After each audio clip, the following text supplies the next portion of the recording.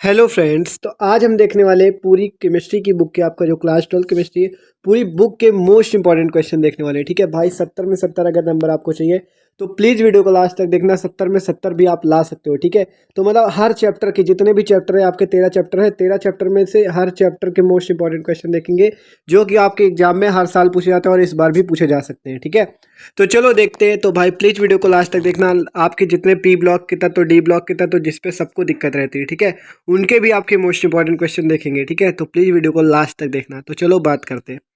तो देखो, आपका जैसा पहला चैप्टर है आपका क्रिस्टलीय तथा अक्रिस्टलीय ठोस। ठीक है, आपका जो मतलब ठोस अवस्था वाला चैप्टर, चैप्टर नंबर 1 है आपका ठोस अवस्था, सॉलिड स्टेट, जिसका देख सकते हो आपका ये क्वेश्चन एग्जाम में पूछा जाता है, क्रिस्टलीय तथा अक्रिस्टलीय ठोस में अंतर लिखिए। ठीक है, चैप्टर 1 का है आपका क्रिस्टलीय तथा अक्रिस्टलीय ठोस में अंतर। ये मोस्ट इंपॉर्टेंट आपका पूछा जाता है, मतलब ऐसे क्वेश्चन बताएंगे जो एग्जाम में पूछे जाते हैं। ठीक है, और जैसे आपका हो गया फ्रेंकल तथा साटकी दोष क्या होता है, ये भी आपका पूछा जाता है। ठीक है, और इसके देखो ये तो थ्योरी बेस है, और न्यूमेरिकल न्यूमेरिकल भी आपके इसके पूछे जाते हैं। ठीक है, क्योंकि chapter number 1, chapter number 2 and chapter number 3 और 4, ये जो 4 चैप्टर है आपके शुरुआत के, इनसे न्यूमेरिकल भी पूछे जाते हैं, तो इनके न्यूमेरिकल को ना भूलना। ठीक है, तो इसके न्यूमेरिकल भी एकदम इंपॉर्टेंट है, तो उनको भी बहुत अच्छे से देखना है। पहले इनके फॉर्मूले देखने हैं और फिर न्यूमेरिकल लगाना है। ठीक है, आप देखो चैप्टर नंबर 2 जो है हमारा विलियन वाला, उसके देखो मोस्ट इंपॉर्टेंट क्वेश्चन, जैसे आपका ये क्वेश्चन पूछा आता है एग्जाम में बहुत ज़्यादा, राउल्ट का नियम लिखिए तथा इसकी सीमाएं लिखिए। ठीक है, इसकी सीमाएं कहाँ तक आपका राउल्ट का नियम सीमित है वो बताना होता है। ठीक है, आपको जैसे परसरण दाब क्या होता है इसके बारे में पूछा जाता है। मोलन्स की परिभाषा, मोलरता, मोललता, द्रव्यमान प्रतिशत हो गया। ठीक है, मतलब इनकी परिभाषा भी पूछी जाती है। इससे आप ये समझ लो मोलन्स, मोलरता, मोललता, द्रव्यमान प्रतिशत, इसके न्यूमेरिकल भी बहुत ज़्यादा आते हैं एग्जाम में। ठीक है, एग्जाम में आपके इसके न्यूमेरिकल भी आते हैं। मोलन्स की मतलब कि जैसे दो आपको मान दिए जाएंगे और मोलन्स उनका निकालना होगा, मोलरता क्या आते हैं। ठीक है, तो इनके फॉर्मूले और इनकी परिभाषा और न्यूमेरिकल सब बहुत ही आसानी से देखना है। ठीक है, क्योंकि चैप्टर आपका जो चैप्टर 1, 2, 3, 4 है बहुत ज़्यादा इंपॉर्टेंट है न्यूमेरिकल के लिए। ठीक है, तो देख सकते हो ये आपका मोलन्स, मोलरता, मोललता, द्रव्यमान प्रतिशत, इनको भी हमें बहुत ही अच्छे से देखना है, और प्लस न्यूमेरिकल। ठीक है, आप देखो अगला चैप्टर हमारा आता है जो चैप्टर 3, वैद्युत रसायन, इलेक्ट्रोकेमिस्ट्री। ठीक है, तो इसमें आपका जो कोलराउस का नियम है ये बहुत बार पूछा जा चुका है और इस बार भी पूछा जा सकता है। ठीक है, पूरे पूरे चांसेस है इसके। ठीक है, तो इसको भी बहुत अच्छे से आप लोग देख लेना। पूरा आपको सारे वीडियो जितने भी प्लेलिस्ट आपको हर चैप्टर की चैनल पे अवेलेबल है। ठीक है, आप जाके देख सकते हो। आप देखो अगला आपका टॉपिक चालकता तथा मोलर चालकता क्या होती है। ठीक है, इसी प्रकार से अगला देखो फैराडे के नियम, फैराडे का जो वैद्युत अपघटन का प्रथम नियम और द्वितीय नियम, ये भी इंपॉर्टेंट है। ठीक है, इसको भी देख लेना। आपका अगला है इलेक्ट्रोड तथा मानक इलेक्ट्रोड विभव। ठीक है, जितने भी टॉपिक बताए सारे वीडियो आपको चैनल पे मिल जाएंगे। ठीक है, इलेक्ट्रोड तथा मानक इलेक्ट्रोड विभव हो गया। ठीक है, और आपका ये मानक हाइड्रोजन, ठीक है, मानक हाइड्रोजन इलेक्ट्रोड हो गया। वैद्युत रासायनिक श्रेणी, ये बहुत ज़्यादा इंपॉर्टेंट है। ठीक है, वैद्युत रासायनिक श्रेणी क्या है तथा इसके लक्षण लिखिए, ये ज़्यादातर भैया हर साल पूछा जाता है और इस बार भी पूछा जा सकता है। ठीक है, तो इसे भी देख लेना बहुत ही आसानी से। ठीक है, आप देखो चैप्टर नंबर 4 जो आता है हमारा रासायनिक बलगत की, इसका देखो मोस्ट इंपॉर्टेंट क्वेश्चन, वेग क्या होता है, वेग स्थिरांक क्या होता है, इसका मात्रक पूछा जाता है आपसे एग्जाम में। ठीक है, आभासी का अणु अपक्रिया बहुत बार पूछी गई है। आपकी प्रथम कोटि अपक्रिया, शून्य कोटि अपक्रिया, द्वितीय कोटि अपक्रिया, ये इंपॉर्टेंट है, इसके मात्रक भी याद कर लेना और इसका व्यंजक जो होता है वो वाला भी। ठीक है, अब दूसरी आती है आणविकता और कोटि क्या है। आणविकता और कोटि के बारे में पूछा था, और संकीर्ण ऊर्जा। ठीक है, संकीर्ण ऊर्जा आपकी एक्टिवेशन एनर्जी, और इसके न्यूमेरिकल, न्यूमेरिकल तो बहुत आते हैं कि मतलब आपको 90% अपक्रिया पूर्ण होने में लगा समय, इस टाइप के न्यूमेरिकल बहुत ज़्यादा आते हैं। ठीक है, तो चैप्टर नंबर 3 से भी न्यूमेरिकल आते हैं, 4 से भी। सबसे ज़्यादा का न्यूमेरिकल की बात करें तो चैप्टर नंबर 2 और चैप्टर नंबर 4, इन्हीं से आपको ज़्यादा न्यूमेरिकल देखने को मिलेंगे। ठीक है, तो आपको इन सारे चारों चैप्टर को बहुत ही अच्छे से लगाना है। ठीक है, अब बात करते हैं जो हमारे पी ब्लॉक और डी ब्लॉक, उनकी भी बात करेंगे क्योंकि वो बहुत इंपॉर्टेंट है, उनमें सबको दिक्कत रहती है, तो प्लीज़ आपको देखना वीडियो लास्ट तक है। ठीक है, अब चैप्टर नंबर 5 है हमारा पृष्ठ रसायन, सरफेस केमिस्ट्री। ठीक है, देखो इसके इंपॉर्टेंट क्वेश्चन, द्रव स्नेही कोलाइड क्या होते हैं, आपको ये उदाहरण सहित पूछा जाता है। द्रव स्नेही तथा द्रव विरोधी कोलाइड उदाहरण सहित बताइए। ठीक है, रच्छी कोलाइड क्या है, स्वर्ण संख्या, ये तो मोस्ट इंपॉर्टेंट है, पूछ जाएगी इस बार भी ज़्यादातर। ठीक है, क्योंकि हर साल पूछी जाती है। ठीक है, पेप्टीकरण हो गया, ब्रेडिंग आर्क विधि हो गई, टिंडल प्रभाव मोस्ट इंपॉर्टेंट, 5 नंबर के एग्जाम में पूछा जाता है। ठीक है, टिंडल प्रभाव, ब्राउनी गति हो गई, ये क्या होती है, अपोहन, वैद्युत अपोहन, हार्डी सुलजे नियम, वैद्युत कण संचलन। ठीक है, चैप्टर 5 के इंपॉर्टेंट क्वेश्चन है। ठीक है, अब अगला क्वेश्चन, अगला चैप्टर है आपका चैप्टर 8। देखो जब चैप्टर 6 और 7 है, इसको आपको वीडियो का लास्ट में बताएंगे। ठीक है, पी ब्लॉक के आपके इंपॉर्टेंट क्वेश्चन, डी एवन एफ ब्लॉक के। ठीक है, अभी केवल आपको थ्योरी बेस बता रहे हैं। ठीक है, तो आप देखो चैप्टर 8 देखते हैं और इसके जो पी ब्लॉक और डी ब्लॉक इसको बाद में देखेंगे। ठीक है, अभी वीडियो के लास्ट पे।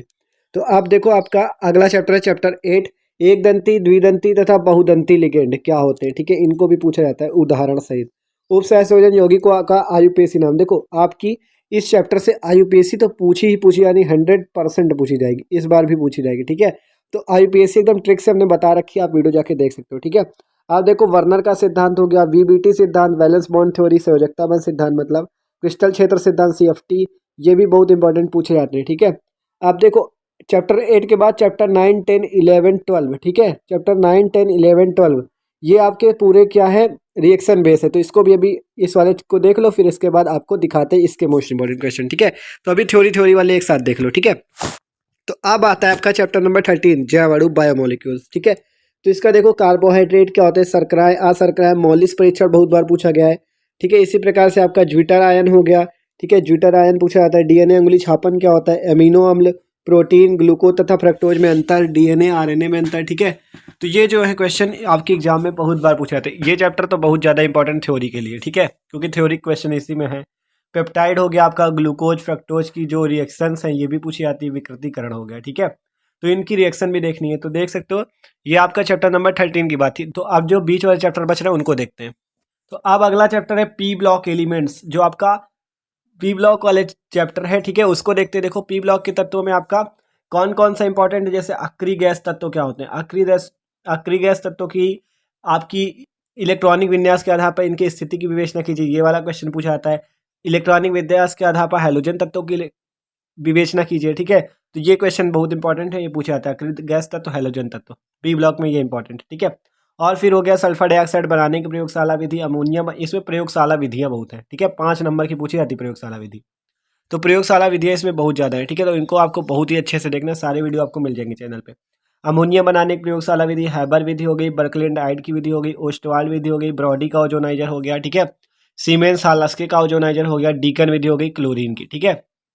तो देखो ब्रॉडी और सीमेंस का ओजोनाइजर ओजोन बनाने की विधियां हैं, ठीक है। तो देख सकते हो ये सारी इसमें प्रयोगशाला विधियां ही भरी हैं पी ब्लॉक में। आप ये चैप्टर बहुत ज़्यादा इंपॉर्टेंट है, तो इसे आसानी से देखना, क्योंकि ये आपकी 5 नंबर का ही ज़्यादातर इससे क्वेश्चन पूछ लिया जाता है, ठीक है, जैसे हैबर हैबर विधि पूछ ली गई, ठीक है। अब अगला चैप्टर देखो डी एवं एफ ब्लॉक के तत्व, तो इससे तो सबसे ज्यादा इंपॉर्टेंट आपका यही संक्रमण तत्व डी ब्लॉक के तत्व ही है, ठीक है। आपसे पूछा जाता है संक्रमण तत्वों की इलेक्ट्रॉनिक विन्यास, मतलब इलेक्ट्रॉनिक विन्यास के आधार पर इनकी स्थिति की विवेचना कीजिए, संक्रमण तत्वों में इलेक्ट्रॉन बंधुता की उन्नति, मतलब इसी टाइप के बहुत सारे क्वेश्चन बनते हैं इस पे, ठीक है। तो आप जब क्वेश्चन बैंक उठा के देखोगे आपको बहुत सारे क्वेश्चन मिलेंगे, तो इनके क्वेश्चन जरूर देख लेना। और आपका पूछा जाता है युग्मित तथा अयुग्मित इलेक्ट्रॉन, ये वाला वीडियो भी चैनल पे पड़ा हुआ है, ठीक है, आप जाके देख सकते हो कि कौन सा इलेक्ट्रॉन अयुग्मित, जैसे कहा गया Mn3+ में इलेक्ट्रॉन कितने अयुग्मित हैं या नहीं है, तो ये आपको बताना होता है, ठीक है। तो आप आसानी से देख सकते हो। अब अगला है लैंथेनाइड तत्व क्या होते हैं, एक्टिनाइड तत्व क्या होते हैं, ठीक है, ये भी मोस्ट इंपॉर्टेंट है।